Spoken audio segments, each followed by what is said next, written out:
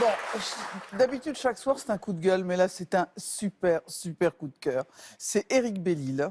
C'est un chef d'entreprise de la région nantaise. Au moment de prendre sa retraite, ses gamins n'ont pas envie de prendre sa succession.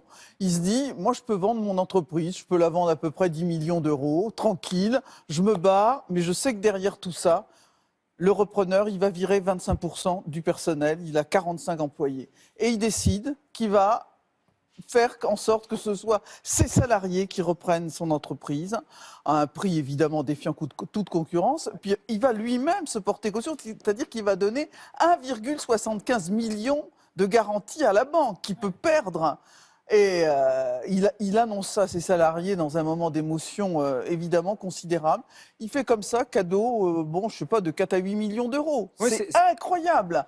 Alors, il renonce pendant 7 ans. Voilà. À ces dividendes de 4 millions d'euros. Voilà. Qu'est-ce qui a motivé son geste, ou cette décision plutôt, à votre avis? C'est lui qui a créé l'entreprise. Ouais. C'est son entreprise, c'est son enfant. Et il s'est dit, je ne peux pas partir comme ça. Je suis pas... la finance, c'est mon ennemi. Ça devait être aussi son ennemi, mais lui en vrai. Hein. Et vraiment, on est souvent à dire, oui, les patrons, hein, c'est dégueulasse. Ils n'ont pas le sens social. Et lui, vraiment, c'est un type formidable. Éric Bellil, on vous aime. C'était l'œil de Roselyne et surtout le coup de cœur de Roselyne.